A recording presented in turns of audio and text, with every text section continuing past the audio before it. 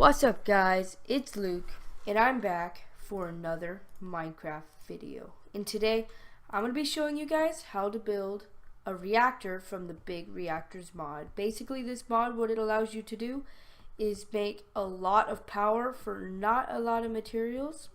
And so let's get into it. The Reactors mod is a really cool mod if you want to build a lot of stuff and power a lot, all this stuff over here I'm powering, and some stuff over there and all that. I'm powering almost everything with this reactor, one behind it, and this turbine, and I'm going to show you how to build them all and how to work it. So a reactor can be very small, pretty much as small as you can make it, and have all these things on it. I will explain what all of these things are and what they do. But this is really a pretty good size for it. Oh, let me fly here. This is a pretty good size. I have one like this and one like this, mainly just to show you guys it doesn't matter, but I will get it for something and I'll get into that later. But right now I want to show you guys how to build one. So in order to build one, inside here I'll just show you guys. These is reactor casing, okay? And it doesn't look like this. The reactor casing actually looks like this. It's just a whole bunch of blocks like this. So in order for this, you'll need galorium fuel rods, reactor casing, control rods, and those are the most of ones that a lot. You're also gonna, I have to replace this there, and it'll make that. You'll also need a reactor controller, and a reactor access port. It looks like on the where it tells you where it is. It looks like that. So that's what you're gonna need to build a basic reactor. It's really good, and I highly recommend getting it for power. Now, about cooling this thing, I don't have it cooled because I want the heat to power the turbine, but in this one back here I do actually want it. So this is what I have. I've not finished this one yet because it's huge and it's really hard to get all the materials, but the best thing to put in here is gelid cryotheum. This is really cold liquid. If you jump into it, it actually hurts you, so stay away from that stuff. Yeah, same thing with this one. I'm going to need the same things. This is the biggest one you could possibly get, which I believe is 32 across, 48 high. I believe that is the biggest you can go on a reactor. And that is pretty much it for the reactor. Oh, one more thing. This is reactor glass. The reactor glass does work in a reactor, so you can see into it. And it works in place of the reactor casing. Everything but one occasion. The actual skeleton, meaning the box, all these ones that go across in this block here, all the way down, this is called the skeleton, just the outside of it. And this has to be reactor casing or else it won't work. And it will tell you it needs to be like the skeleton or something like that. I don't really know. But that is definitely something you're going to need to do. And yep, that is pretty much it for the reactors. It's time to get into something even more complicated. This is a turbine, and this turbine is this is a good turbine that I made. It's pretty big, has a lot of fans. I'm not going to stop it or go into it because when you do, when you break one of these, it's another multi-block like this one. That basically means that when you place something down, it changes the form. And so what this basically does is this makes the power. Oh boy, I'm using a lot of energy somewhere. Oh, did I shut? Oh, I just shut this one down. Okay, wait. I need to hold on. Okay. Alright, so this is the turbine, like I said before. It generates more power at less of a cost, sort of. It's kind of difficult to understand. I'm going to do the very best I can to my abilities to explain it. But yeah, it's like the big reactor in many ways. That you have to have the skeleton of it like this with blocks. And then the turbine housing is what you need to. And then you can also have turbine glass. And then you need a turbine controller. And then here's where it gets tricky. I put it up here. Oh, wait. I put it up here. If I go here. This is it. So, you're going to need this to get the power out. You're going to need this to control it. It's the controller. Oh, wait. Actually, I don't know what this is for. This is what you want. You want this turbine port. You want this one, the turbine port. The fluid port mainly makes it run better. You need this one. I'll show you that over there. And you do not need that. But you do need the turbine rotor shaft. You're going to need the turbine rotor blade. And that is it. You will need actually some of this stuff to make the you'll have to make this plutonium here, and that is made by let's see if I can find it here. Okay, no. What you need to do is you need to put that in here, the cyanide processor. And you put that in there with water. If you mix the cyanide, which you'll get as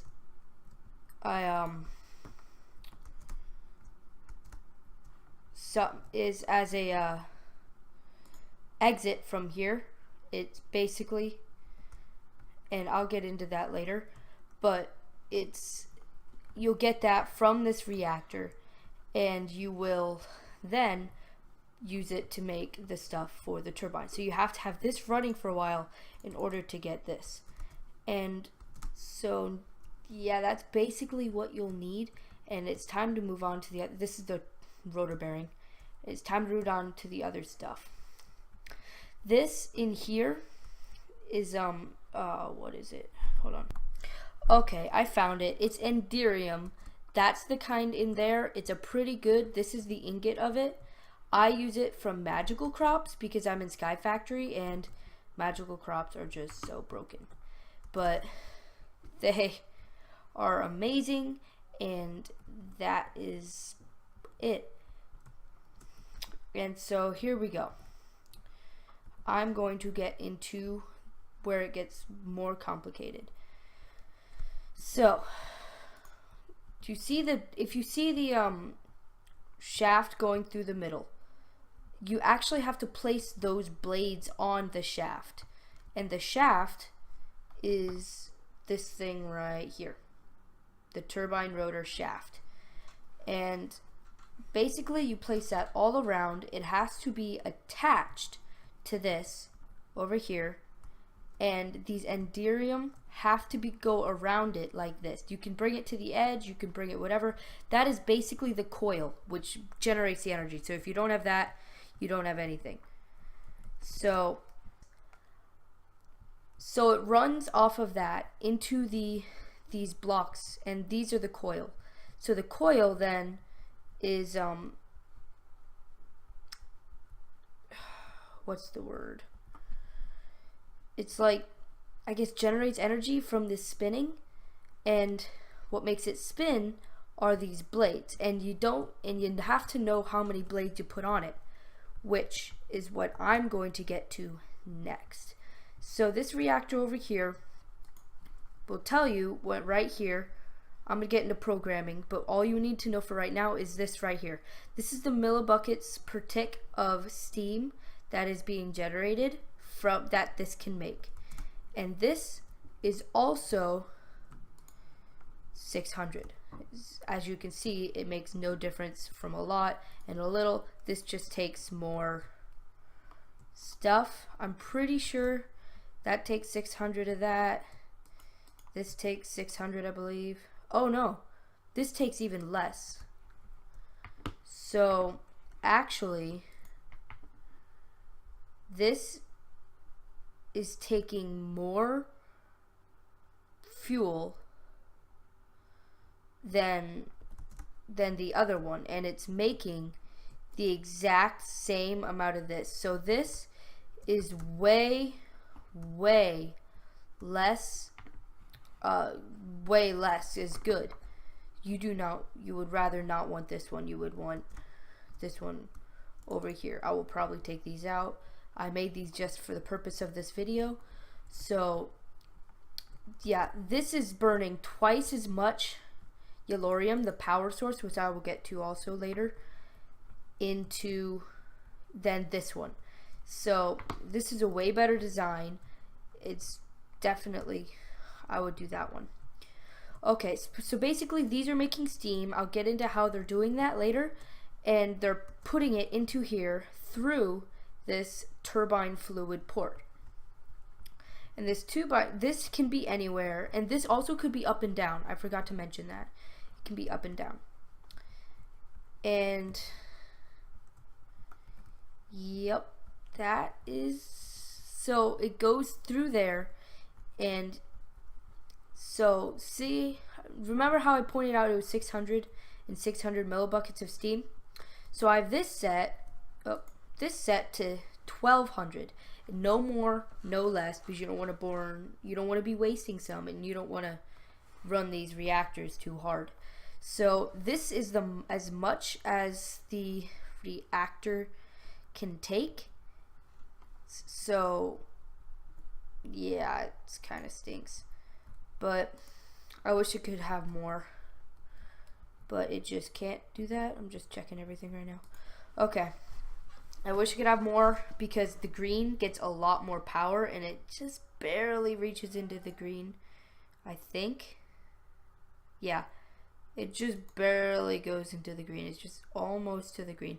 And when you're in the green, you get a lot more power. And so, yeah, you want to be able to make your reactors so you can have that going for you. Anyway,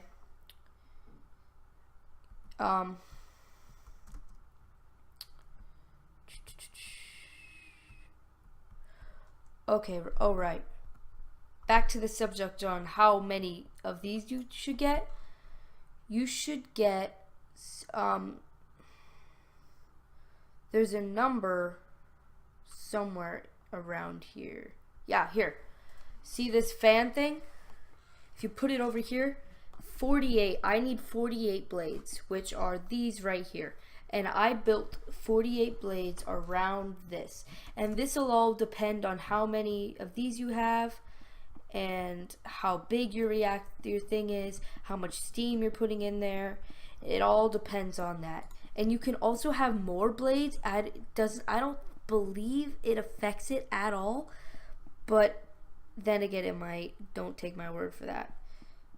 So yeah, next thing, everything that goes in has to go out somewhere. It doesn't have to, but see this? That's where this comes in. What I did is I hooked it up. There's here a turbine fluid port, and I hooked it up to a transfer node, which transfers it into this water bedrockium ingot, or drum, I mean. And basically I'm collecting tons of water in that. So that is what I am doing with the water, and it is going in there perfectly fine. If I close this, see how it goes up, and all my power is going down because it doesn't find room. So now if I do that, it goes up and my power goes back up, and everyone's happy. And that makes a lot less stress on the reactor, so you can get tons more power that way. The last thing I want to cover about this turbine are these blocks right here, the fluid port, the turbine fluid port. These turbine fluid ports are important because this is exactly what the steam made from these goes into, and you need one per reactor. It took me a while to figure this out. And this is what it goes in, and if you use this, the water or stuff that comes will actually go out, which is exactly how I use this over here to push it out. But then again, you need a wrench, or maybe you could just click it, and no, you can't click it. You have to use a wrench on it. So that is how this works. Time to go back to these reactors. So keep in mind, you don't actually have to add the turbine. That is just something you can do for a little extra power, for a little bit less burning of materials. So it's something you can do, and I think that's what I set up. But it takes a lot of materials to do it, so don't get into it if you don't know you have all the materials. So basically, what makes this from a reactor to a steam generator is this block right here. I don't know why, but it's the reactor coolant port. The reactor coolant port is what takes in the water and basically turns it into steam. Without this, this entire thing wouldn't be possible. So that is really important to remember during this. Now this thing takes a ton of water. You think, oh, that's not a very big bar, shouldn't take much. That's 19. Oh wait, I have one thing to check. Yeah, it's the same. Okay. Yeah, this one is definitely worse then. So this is 19,400 millibuckets of water, which is like, oh, I mean, that's a lot, but see how fast it goes down. If it wasn't for all these over here, it would not do it. So these are all liquid transfer nodes, and these I've put 64 speed upgrades in them, so it gets water really, really, really fast and immediately transports it into this. I have 6 of these, and it's almost still not enough. Over here I have even more. I don't know why, but this one didn't go as easy. I don't know exactly why it didn't go perfectly as easy, but I have even more in that one. So yeah, it's really yikes. So it takes a ton of water, and it pretty much uses all of it, and basically it all gets dumped out over there. So you can hook that up to come back into here, in which case you'll have to pump less water out from here. But yeah. So I'm gonna go over these controls. The temperature, you want this high if you're turning stuff into steam. If you're not, you want this as low as possible. These gauges as low as possible. And that's the temperature of it. This is the core status, basically. If this is all the material, all the yellorium in it, which I will get into automatically making yellorium, putting into this later. This is the fuel radioactivity. I don't really know what it is, but basically by reading this, I'm guessing it means this is how much it should be burning and how much everything's burning. This one is down at like 100%, 170. That's way better than this one over here, which is burning a lot. So I read an article how this was the best shape. I definitely agree, because you want storage, but you don't want a lot of stuff. You don't want a lot of stuff burning. So this is that. This is the burn up rate, which means I'm doing this many per tick, which is a lot of stuff right now. I really need to slow that down. And So this is how much steam is generating. That would be replaced by something else. If this is not there, I do not have it because this is what I have right now, and that's what I would recommend. And this would be power, and this would be going up over here. Also, if you have the power one, you would need this right here, this reactor power trap, and this allows you to take the power out. I do not have the power tap in here, obviously, because I don't need it. I have it going out over here. So you would need that. I forgot to mention that earlier. I'm sorry. And so that pretty much wraps up this. Oh no, it doesn't. Sorry, I forgot about this. These over here. This is the coolant port. It goes right into the fluid port of the turbine. And I'm using hardened fluid ducts, opaque. That's because what I had the materials to make. These are pretty good. I am happy with these. They carry just enough steam to do it all, and they are working completely fine. They're not breaking. So I am happy with it. And yeah, basically what's going on here is I can change this to, I don't want to because I don't want to mess up my whole cycle of this. So basically these arrows going out, meaning it goes out into this. These arrows going in, meaning it goes into that. And same thing for the other reactor.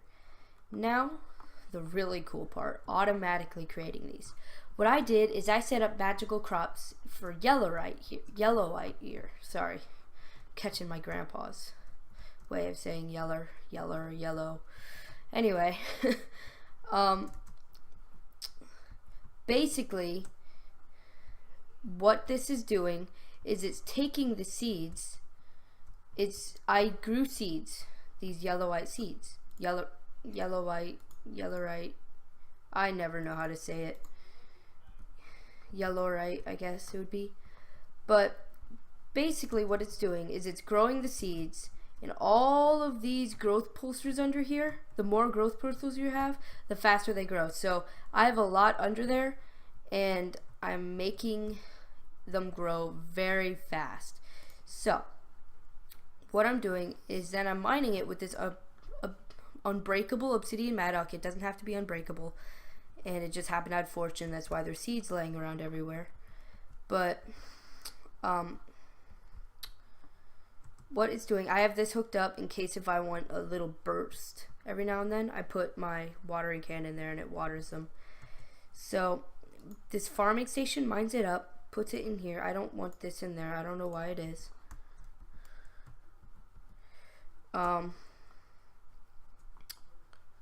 So it puts it in there, and it puts it then into this crafter. This crafter crafts with the yellowite essence that it got from the plants into yellowite ore.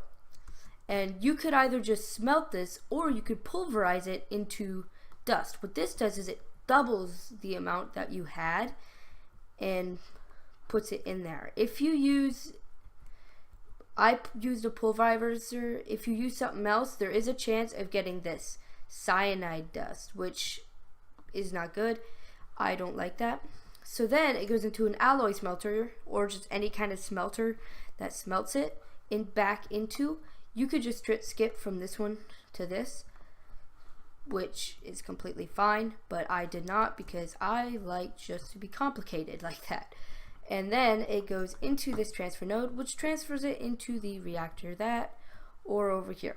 Don't mind this. This is for, I wanted some to go in my MB system, so that's what I put it for there.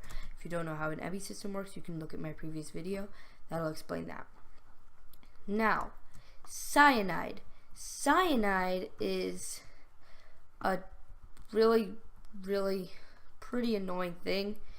It'll basically take it'll basically burn it. I guess it makes sense, but it's kind of annoying. See that it's 100% full right now, but now see how it's 0.1% is depleted. That means 0.1 is cyanide, and the cyanide, when it gets up to a certain percent or a certain amount, the waste, when the waste here gets to be a certain amount, it'll be put into cyanide, and the cyanide will go into here.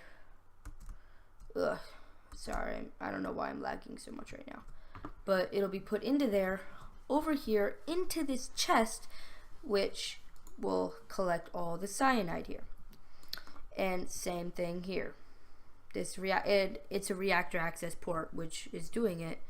You just do it. So this you can actually go into, and you can either inlet mode, which will accept items, or outlet mode, which will eject items automatically. Okay, so this is also what is also about. You can also eject all the fuel that's in there, or you could eject all the waste that's in there. You can both do that. And I believe that pretty much wraps up this mod showcase. Oh my goodness, these Endermen. So annoying. I have a monster spawn over there that broke. Need to fix it. But yep, that's pretty much it. I really hope you guys enjoyed this video. If you did, please press that like button. That would be amazing. And subscribe if you want more videos like this, mainly Minecraft related. And if you have any questions, leave a comment. This is very confusing, so I will get back to you. I almost barely have people commenting, so I will for sure know if you comment. I check them almost daily. And yeah, I'll see y'all next time. Goodbye.